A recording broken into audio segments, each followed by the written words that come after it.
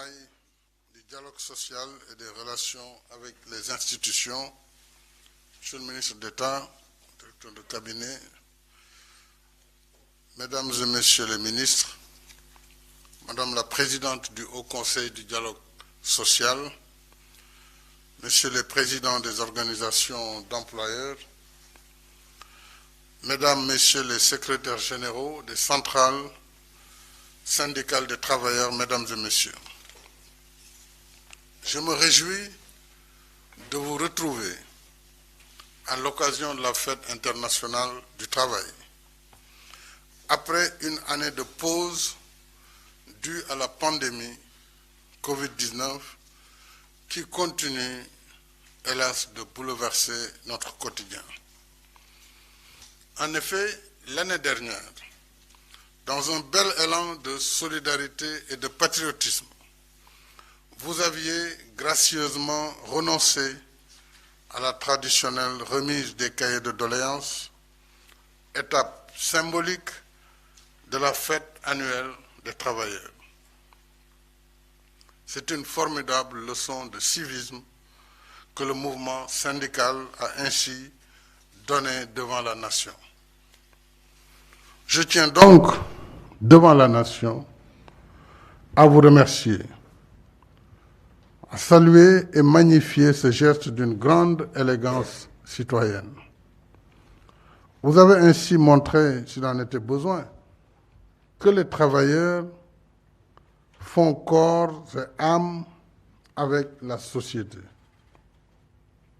qu'ils en sont l'émanation et en ressentent les pulsions profondes. En tenant compte des contraintes liées à la pandémie, nous revenons aujourd'hui à la tradition qui célèbre le monde du travail, son histoire, ses aspirations et sa vocation légitime de protéger ses droits. Voilà qui nous renvoie au souvenir des grandes figures du mouvement syndical sénégalais, d'hier et d'aujourd'hui. Je voudrais me joindre à vous pour leur rendre un vibrant hommage et saluer la mémoire des disparus parmi eux. Toutes et tous ont en commun la quête du bien-être des travailleurs dans un cadre souvent complexe et en mutation continue. Les difficultés de l'environnement du travail sont davantage exacerbées, et vous l'avez rappelé, par l'impact inédit de la pandémie Covid-19, une crise majeure, à la fois sanitaire, économique et sociale. Assurément, quand l'activité économique est au ralenti, voire à l'arrêt, quand l'outil de travail est menacé dans son existence, c'est le travail lui-même qui est en péril. Ce sont les travailleurs et leurs familles qui sont exposés à la précarité sociale et à la paupérisation. Les statistiques le montrent clairement. Pour ne prendre qu'un exemple, selon la publication de janvier dernier de l'Observatoire de l'OIT consacré à l'impact de la pandémie Covid-19 sur le monde du travail, en 2020, 8,8% des heures de travail au niveau mondial ont été perdues en comparaison au quatrième trimestre 2019, ce qui équivaut à 255 millions d'emplois à temps plein. Les pertes en heures de travail pour 2020 ont été environ 4 fois plus importantes que pendant la crise financière mondiale de 2009. On voit bien l'impact de la pandémie. Notre pays n'est pas épargné par cette conjoncture morose. En effet, le rapport de la Direction générale du travail et de la sécurité sociale, publié en mars 2021, sur la situation du marché du travail, pour la période de mars 2020 à février 2021. Cette publication indique que tous les secteurs d'activité, soit 1236 travailleurs dans cette période ont été licenciés par 261 entreprises et 16 517 travailleurs ont été mis en chômage technique par 428 entreprises. Encore que ces statistiques ne reflètent pas la réalité du secteur informel qui occupe une bonne place de l'économie nationale. Mais face à l'impact sévère de la pandémie sur l'ensemble des segments de la nation, le gouvernement n'est pas resté les bras croisés. Ainsi, l'État a très tôt mis en place un programme de résilience économique et sociale, financé à hauteur de 1 000 milliards de francs CFA à travers le Fonds de riposte et de solidarité contre les effets de la pandémie 19, force Covid. Nous avons soutenu les entreprises, les ménages, la diaspora et différentes catégories socio-professionnelles particulièrement affectées, dont notamment l'hôtellerie, la restauration, le transport, la culture et la presse, entre autres secteurs touchés. Ces efforts, nous les avons consentis alors que l'État était lui-même confronté à une baisse drastique de ses recettes du fait du ralentissement de l'activité économique et à une hausse exponentielle de ses charges, notamment les dépenses liées à la santé.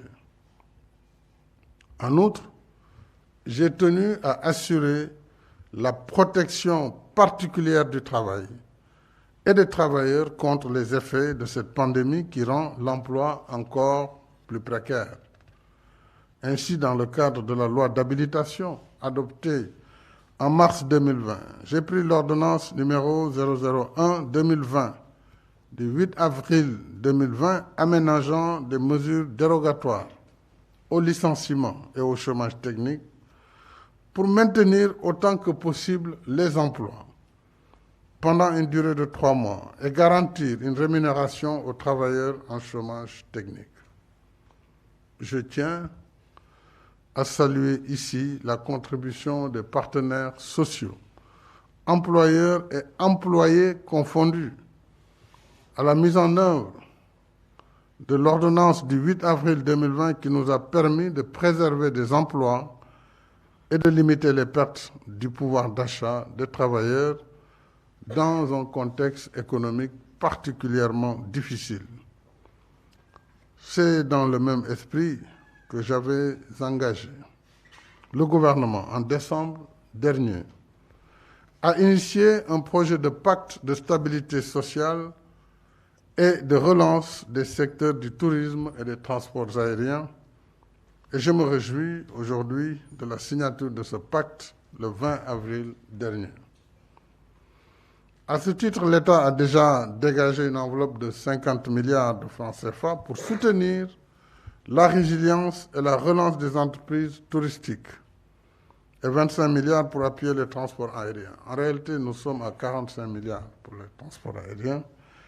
Je rappelle également qu'à l'occasion de la fête du 1er mai 2019, nous avions relevé les progrès réalisés en matière de dialogue social et de négociation collective matérialisés par la signature de conventions collectives dans les secteurs de la presse, de l'enseignement privé et de la sécurité privée.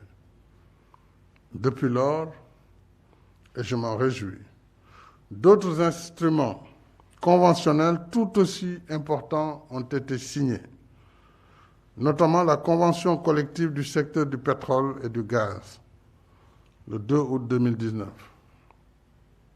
la nouvelle convention collective nationale interprofessionnelle du 30 décembre 2019 et la revalorisation des salaires catégoriels dans le secteur privé à compter du 1er janvier 2020. À ces progrès s'ajoute le processus déjà avancé de ratification de 4 instruments internationaux relatif à la sécurité et à la santé, je me réjouis également des évolutions positives notées par la récente revue des derniers cahiers de doléances pour des secteurs dont ceux de l'éducation, de la santé et des collectivités territoriales. Je reviendrai à la fin sur quelques interpellations qui ont été faites pour vous apporter quelques éclairages.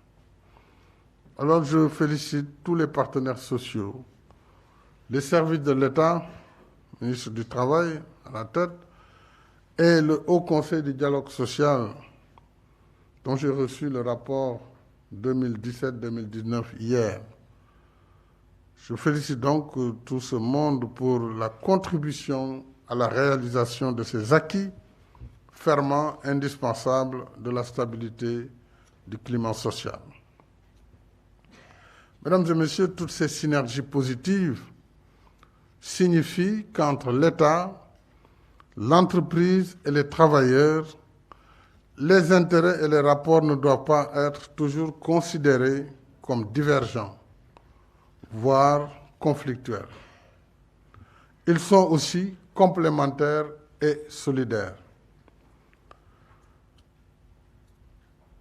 D'où la nécessité de privilégier le dialogue pour des compromis inclusifs et dynamiques.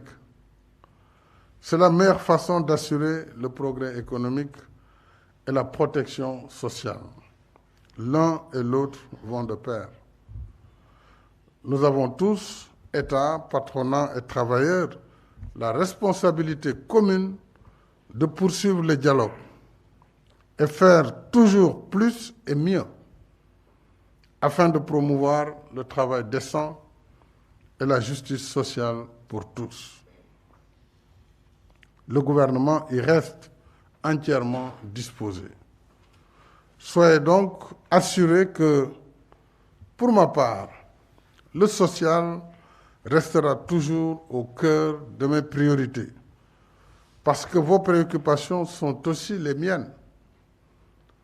Derrière chaque travailleur, je vois en effet une famille à nourrir, à soigner, à loger, à éduquer. Au-delà de la famille, je sais que chacun et chacune de vous remplit aussi une part essentielle du contrat social qui nous unit les uns aux autres, suivant nos traditions fortement ancrées de solidarité et de partage. Chers partenaires du monde du travail, ce moment de retrouvailles doit aussi être pour nous un temps de réflexion prospective. À l'ère des échanges effrénés et des interdépendances de plus en plus marquées, nous devons certainement réfléchir sur les voies et moyens de moderniser notre législation du travail pour l'adapter aux mutations et aux périls transfrontaliers qui pourraient surgir dans le futur. La pandémie Covid-19 nous a surpris par sa brutalité et son ampleur. À l'épreuve du temps, nous apprenons à vivre et travailler en présence du virus. Ainsi, là où c'est possible, le télétravail s'offre comme solution. Le futur du travail dans sa diversité se dessine sous nos yeux.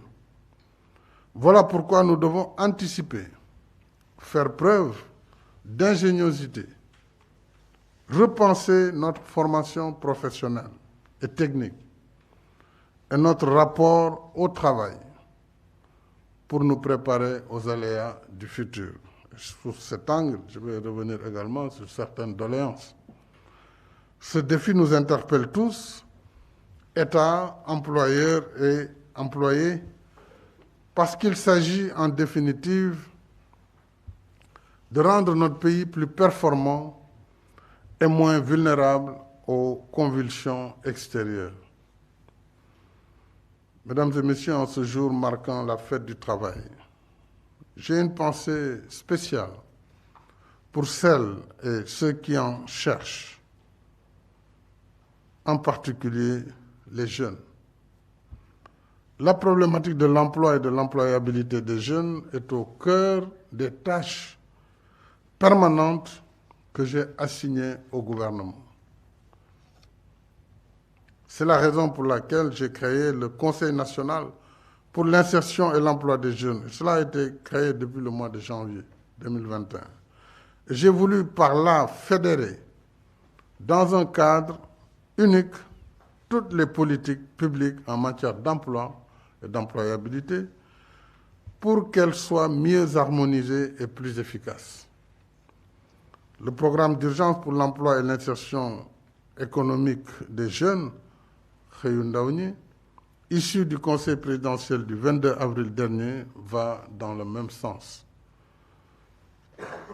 Et je rappelle qu'entre autres décisions du Conseil, le gouvernement relèvera de 1 à 15 milliards la subvention à la convention État-employeur, qui sera élargie à la filière agricole afin de contribuer à notre politique d'autosuffisance alimentaire, avec comme impact attendu 15 000 emplois au moins à créer. Je réitère également la priorité élevée que j'accorde à la mise en œuvre diligente des conclusions du Conseil présidentiel sur l'insertion socio-professionnelle des jeunes et leur emploi dans le respect des exigences de justice sociale et d'équité territoriale. Pour l'occasion qui nous rassemble aujourd'hui, j'ai aussi à cœur de rappeler la responsabilité individuelle et collective qui nous incombe tous de préserver l'outil de travail, socle et pilier de la paix et de la stabilité sociale. Un célèbre dicton dit que le travail éloigne de nous 3 grands maux: l'ennui, le besoin et le vice. Par conséquent, tout ce qui protège cet outil de travail nous prémunit contre ces 3 grands maux. En revanche, tout ce qui le détruit est une antivaleur fort regrettable, qui aggrave le chômage, met en péril le travail, ruine le travailleur et sa famille et les expose aux épreuves de la vie.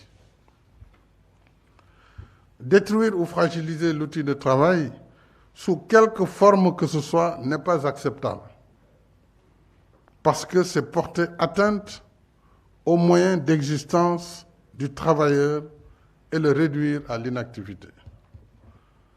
En tout lieu et en toutes circonstances, État, patronat, travailleurs et citoyens, nous avons l'obligation d'être les gardiens vigilants de l'outil du travail.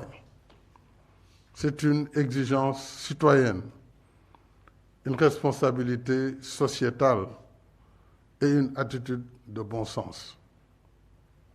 Vous pouvez, mesdames et messieurs, compter sur moi, et je sais pouvoir compter sur vous pour remplir ensemble ce devoir commun. Ensemble, toujours à vos côtés, la main dans la main, je vous souhaite à toutes et à tous une bonne fête du travail. Je vous remercie.